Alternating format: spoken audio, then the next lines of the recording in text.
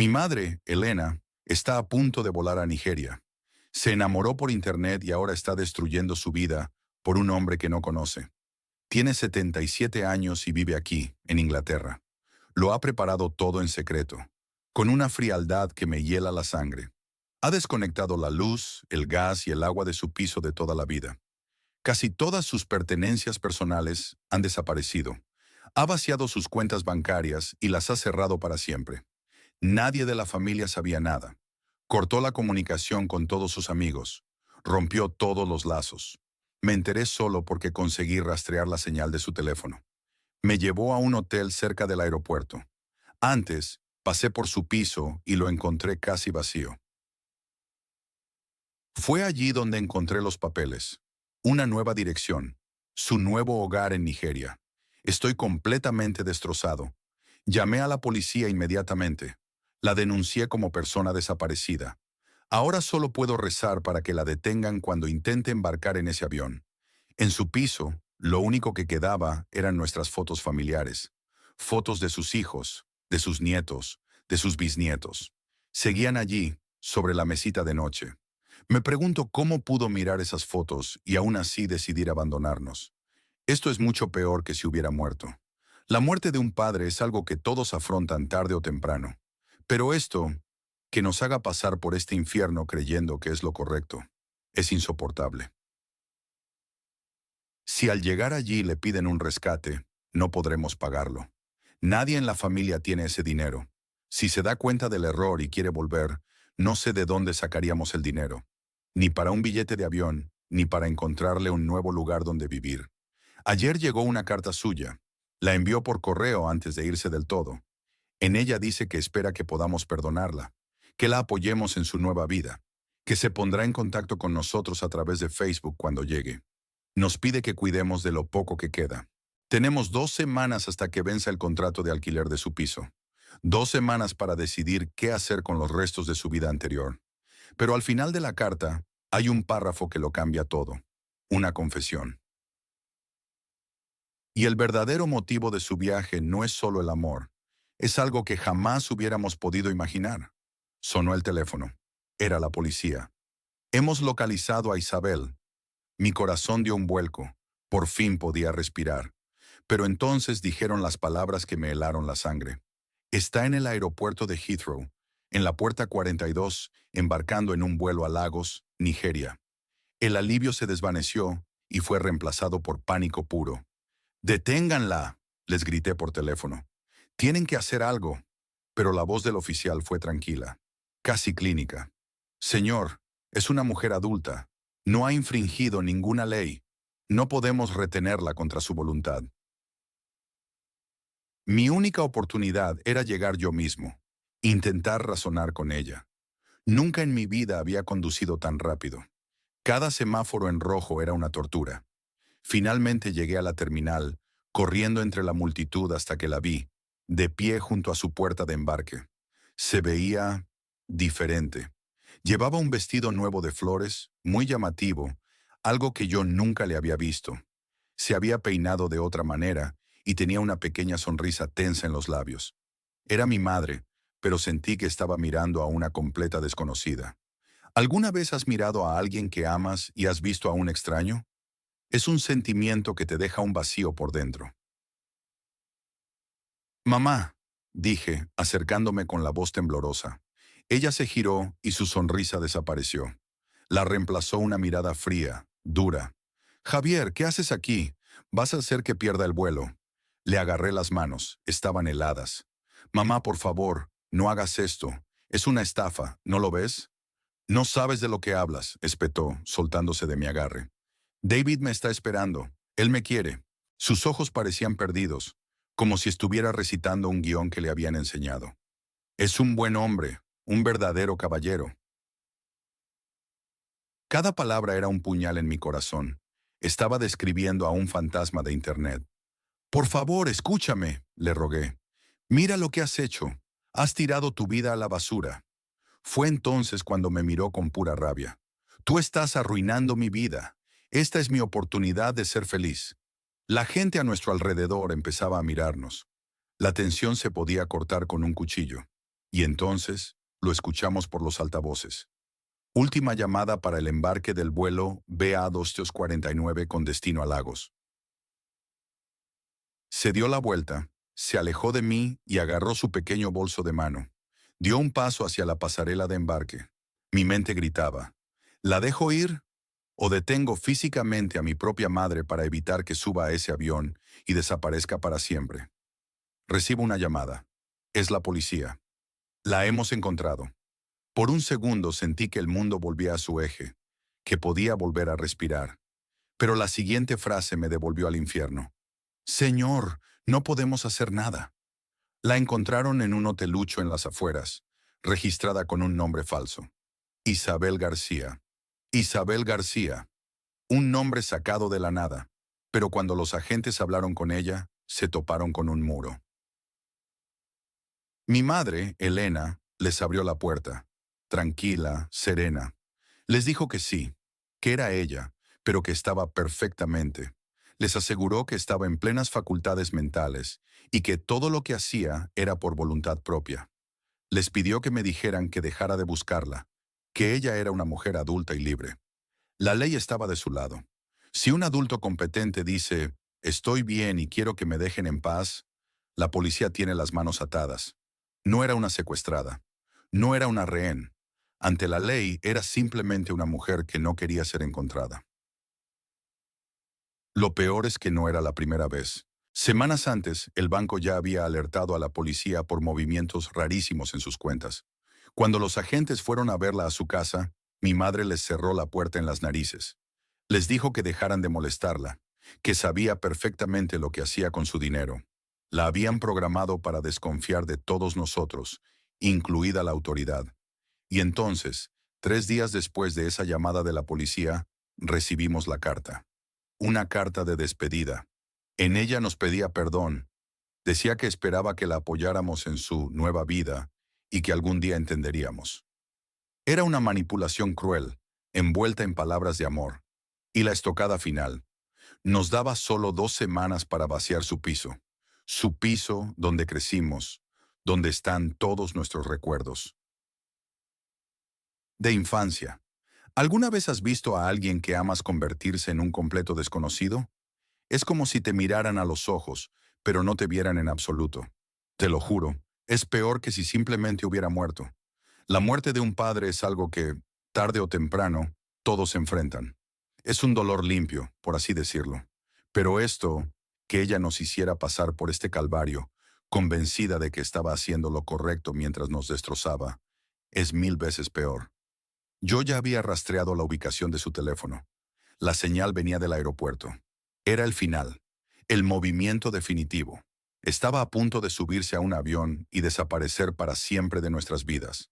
Sentí un vacío absoluto, la certeza de la derrota. Pero ¿y si ese momento de desesperación no era el final de la historia?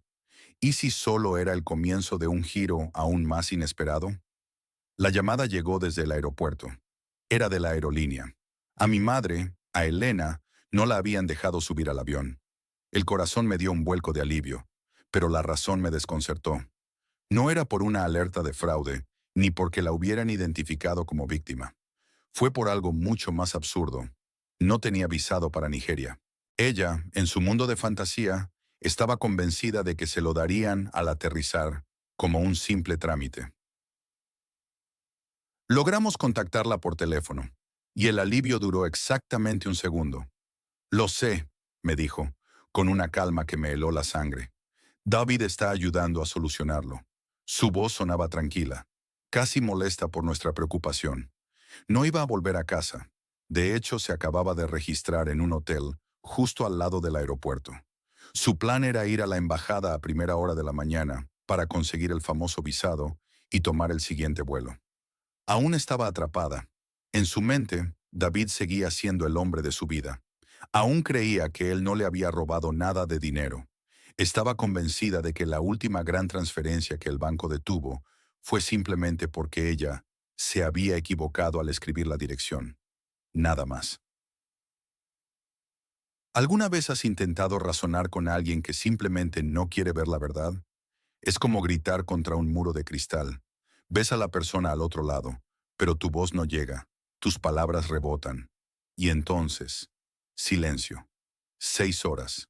6 horas de llamadas sin respuesta, de mensajes leídos pero no contestados. Cada minuto era una tortura. Nos imaginábamos 1000 escenarios, cada uno peor que el anterior. Ya estábamos a punto de llamar a la policía del aeropuerto para que fueran a su habitación, cuando de repente su teléfono sonó en mi mano. No era una llamada, era un mensaje de texto.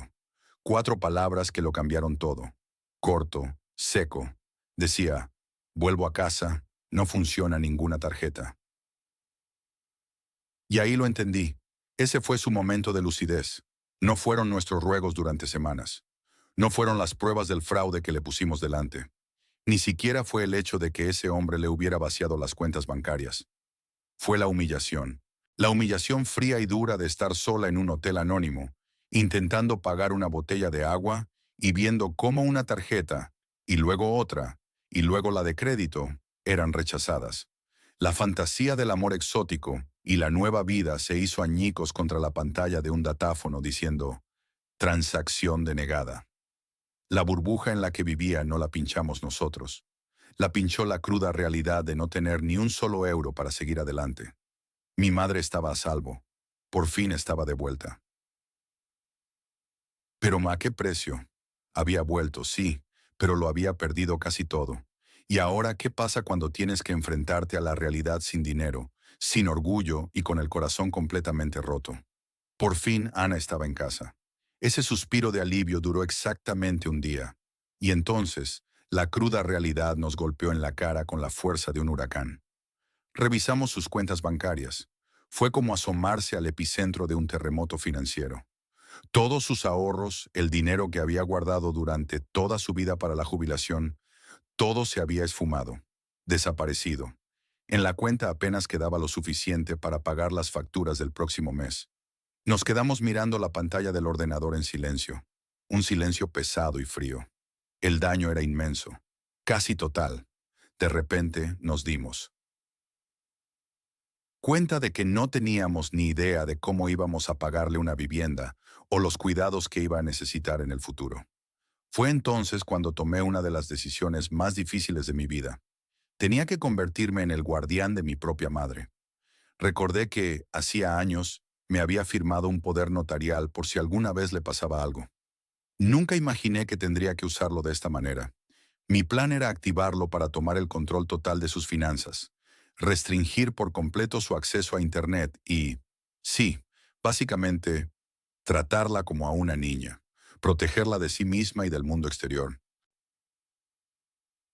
¿Alguna vez has tenido que hacer algo que sabías que era necesario, pero que te rompía el corazón por dentro? Sientes ese nudo en el estómago, ¿verdad? Esa sensación de estar traicionando a quien más quieres para poder salvarlo. Pero el daño económico, por terrible que fuera, no era lo peor. Lo peor, lo que de verdad me quitaba el sueño, era el daño emocional. Le habían lavado el cerebro hasta el punto de hacerle creer que no la queríamos, que éramos sus enemigos. Los primeros días, me miraba con una desconfianza que me partía el alma, analizando cada palabra que decía. Cada gesto de cariño era recibido con una tensión casi imperceptible. A veces, cuando iba a abrazarla, sentía cómo su cuerpo se ponía rígido por un instante antes de relajarse. Esos estafadores no solo le habían robado su dinero, le habían robado la confianza en su propia familia. Y reconstruir eso iba a ser un camino largo y muy doloroso. Cada día descubríamos una nueva mentira, una nueva deuda, una nueva herida emocional que supuraba. Y esto es solo el principio de la reconstrucción de su vida. Aún no he contado todo, ni siquiera en estos vídeos, y estoy seguro de que todavía nos esperan muchas más sorpresas amargas por el camino. Nuestra historia, al menos, tuvo un regreso a casa, un punto de partida para la reconstrucción. Pero mientras buscaba ayuda y leía sobre otros casos, me di cuenta de la suerte que tuvimos dentro de la desgracia. Descubrí que hay otras víctimas que no tienen un final, ni siquiera uno tan complicado como el nuestro. como esa abuela que perdió todos los ahorros de su vida porque estaba convencida de que se iba a casar con Johnny Depp. Mi abuela Elena sacó $3,000 de su pensión. Cuando le preguntamos para qué, nos dijo con toda la calma del mundo: es para mi prometido, Johnny Depp. Al principio creímos que era una broma de mal gusto, pero la seriedad en su rostro nos heló la sangre. Resulta que este dinero era para que el supuesto Johnny pudiera romper un contrato de una película y por fin venir a casarse con ella. Y lo más increíble es que se lo envió a través de una transferencia de Bitcoin. Bitcoin, ¿se imaginan? Mi abuela apenas sabe usar WhatsApp. Lo más aterrador es que Elena está perfectamente lúcida. No tiene demencia ni nada parecido. Simplemente está completamente cegada. Mi madre, Sofía, intentó razonar con ella. Mamá, por favor, esto es una estafa, te están engañando. Pero ella se puso a la defensiva, casi agresiva. Ustedes no entienden nuestro amor. Solo tienen envidia porque por fin soy feliz, nos gritó. A partir de ahí, empezó a actuar de forma extraña, a esconder el teléfono, a susurrar en su habitación. Y entonces soltó la bomba que nos hizo temblar. Estaba pensando en vender su casa para enviarle más dinero. Esa noche, cuando por fin se durmió, Sofía y yo tomamos una decisión desesperada. Cogimos su teléfono. Sé que está mal invadir su privacidad, pero el miedo era más fuerte. Y entonces, el pánico se volvió real, físico, un nudo en el estómago que no se iba. No solo había enviado el dinero y los datos de su tarjeta de crédito. En un chat interminable con ese estafador, encontramos una lista detallada. Una lista con toda nuestra información personal. Nombres completos, direcciones, números de teléfono. Los míos, los de mi madre, los de mis tíos e incluso los de mis primos pequeños. Todo. Se lo había dado todo. Le había contado sobre nuestras vidas, nuestros trabajos, a qué colegios iban los niños. La confianza ciega de una mujer solitaria había puesto en peligro a toda su familia. Mi madre Sofía está completamente desesperada. Se sienta en la cocina, con la mirada perdida, y solo repite: no sé qué hacer, no sé qué hacer. Y la verdad es que yo tampoco. ¿Alguna vez han sentido esa impotencia? Esa sensación de querer proteger a alguien con todas tus fuerzas, pero esa persona no se da cuenta del peligro, e incluso te ve como el enemigo. Este tipo no solo le robó los ahorros a mi abuela, ahora tiene las llaves de nuestra vida, la dirección de nuestra casa, el nombre de nuestros hijos. Ya no se trata de dinero, se trata de nuestra seguridad. ¿Qué le impide a él o a sus cómplices aparecerse en nuestra puerta? ¿O llamar al colegio de mis primos haciéndose pasar por un familiar? Toda la familia está bajo amenaza, y la única que podría ayudarnos a detenerlo no nos cree ni una sola palabra. Ella piensa que es el amor de su vida. Entendimos que hablar con ella, suplicarle, ya no era una opción. El tiempo se agotaba y el riesgo era demasiado alto. Teníamos que tomar medidas drásticas, aunque eso significara traicionar su confianza y actuar a sus espaldas. Pero cuando te enfrentas a tu propia abuela para proteger a tu familia, ¿dónde está el límite? Aquí tienes el monólogo. El tono es urgente, casi sin aliento, como si el narrador estuviera reviviendo la desesperación. Le mostramos todo: videos, artículos, las redes sociales del verdadero Mario Casas. Su hija Sofía se sentó a su lado, con el móvil en la mano, casi suplicando. La respuesta de su madre fue mirarla a los ojos y decir con una calma aterradora: estáis mintiendo todos. Él y yo vamos a casarnos. En ese momento, supimos que la lógica ya no servía de nada. Era como hablar con una pared de hormigón. Cuando los hechos no importan, cuando la realidad es un ataque personal, ¿qué te queda? ¿Alguna vez has intentado ayudar a alguien que no quiere ser ayudado? Esa impotencia que te quema por dentro, que te hace gritar en silencio. Es terrible. Fue entonces cuando empezaron las llamadas frenéticas. La familia llamó a la policía, que dijo que no podía hacer nada si ella era una adulta consciente. Llamaron a los servicios sociales, a una ambulancia, intentaron de todo. Finalmente consiguieron que un psiquiatra la evaluara. Acabaron hospitalizando a Elena, mi abuela, y una parte de nosotros, por horrible que suene, Casi esperaba que los médicos encontraran algo. Demencia, un pequeño ictus, cualquier cosa que diera una explicación médica a esa desconexión. Pero todas las pruebas salieron limpias. El informe fue claro. Cognitivamente estaba perfecta. No había ninguna enfermedad que justificara su comportamiento. Eso fue casi lo peor. No estaba enferma, estaba atrapada. Y entonces, Sofía encontró la prueba definitiva. Revisando los extractos bancarios, vio las transferencias y, junto a ellas, un correo. Mi abuela no solo le había mandado decenas de miles de euros, le había enviado una foto de su carnet de conducir y su número de la seguridad social. De repente, el castillo de naipes se derrumbó sobre todos nosotros. El peligro ya no era solo para ella y sus ahorros. Había comprometido la seguridad financiera de toda la familia. Con esos datos, el estafador podía suplantar su identidad, pedir préstamos, arruinarnos a todos. Sus hijos, sus nietos, todos tuvimos que tomar una decisión durísima y urgente. Esa misma noche, uno por uno, tuvimos que entrar en nuestras cuentas bancarias y agencias de crédito. Tuvimos que poner alertas de fraude en nuestros perfiles y congelar la posibilidad de pedir cualquier tipo de préstamo a nuestro nombre. Nos estábamos protegiendo de nuestra propia abuela, o, mejor dicho, del arma en que se había convertido sin saberlo. Recuerdo un comentario que leí en un foro sobre un caso similar. Alguien escribió, desconéctenle el Internet. Y continuaba. Cuando una persona mayor empieza a hacerse daño con una estufa caliente porque no comprende el peligro, se la quitamos. El Internet es lo mismo. Esa frase se me quedó grabada. ¿Dónde está el límite entre proteger a alguien y quitarle su libertad? La historia de Elena demuestra lo lejos que puede llevar un engaño, cómo puede romper una mente y poner en jaque a toda una familia. Pero la siguiente historia es sobre cómo, por culpa de un amor falso, puedes perder absolutamente todo lo que tienes en apenas unos meses. $150,000. Ese fue el precio que mi padre, Antonio, un veterano de 79 años, le puso al amor de una mujer que conoció en Mondino. Internet. Pero no era solo dinero. Eran todos los ahorros de su vida. Todo lo que consiguió tras vender su casa para poder vivir sus últimos años en paz. Y lo peor de todo es que no se detuvo ahí. El desastre era mucho más profundo. Le envió fotos de sus tarjetas de crédito, de su licencia de conducir, de su número de seguro social. Básicamente, le entregó las llaves de toda su existencia a una completa desconocida.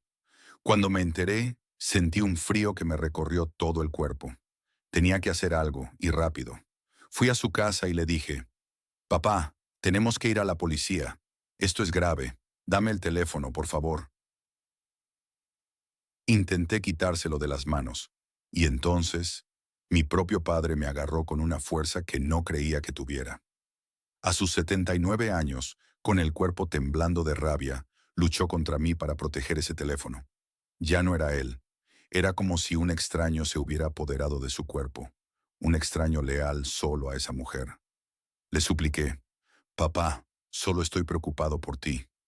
Él me miró como si no me conociera y me soltó. «Entonces ve y preocúpate por tu vida». La discusión se desbordó y acabó en casa de mi hermana Laura. Empezó a gritarle, a insultarla de la forma más cruel que puedan imaginar. Y todo esto delante de sus hijos pequeños, mis sobrinos, que no paraban de llorar, sin entender por qué su abuelo le decía esas cosas a su mamá. Fue entonces cuando su marido, Miguel, no pudo más. Se plantó frente a él y le señaló la puerta. «Vete, sal de mi casa ahora mismo, y no vuelvas nunca más».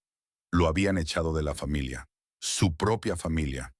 Más tarde, esa misma noche, cuando la tormenta amainó, encontré a mi padre sentado solo en la oscuridad. Ya no había rabia, solo un hombre viejo y roto. En un susurro me dijo, «Solo quiero que Clara estuviera viva. Mi madre. Todo lo que quiero ahora es hablar con ella». ¿Alguna vez han sentido ese vacío inmenso que deja una persona? Esa sensación de que darían cualquier cosa por escuchar su voz una vez más. En ese momento entendí que no se trataba solo de dinero. El fraude romántico no solo te roba tus ahorros, te aísla, destruye tus relaciones y te deja completamente solo justo cuando más necesitas a tu gente. Mi padre había elegido una fantasía por encima de sus propios hijos. Estas historias demuestran cómo los estafadores se aprovechan de la soledad.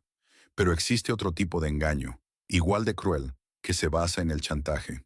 Y ese puede tocarle a cualquiera. Al día siguiente mi teléfono suena. Número desconocido. Respondo. Y al otro lado escucho una voz grave, de hombre, que se presenta como el detective Vargas.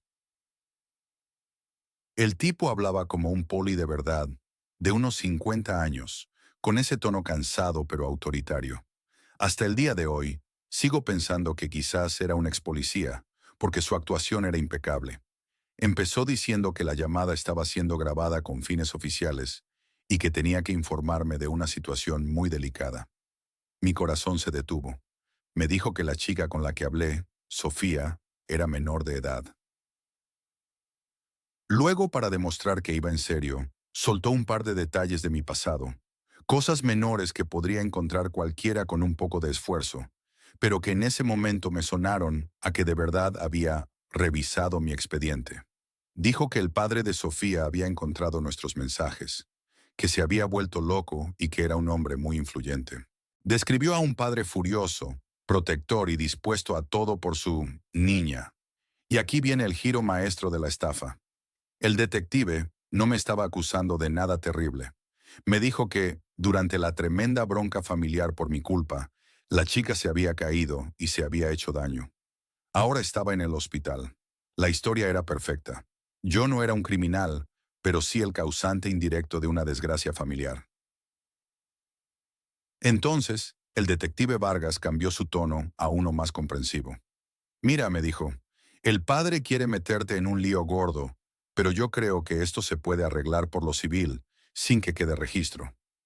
Me ofreció una salida, una oportunidad de oro para que todo desapareciera.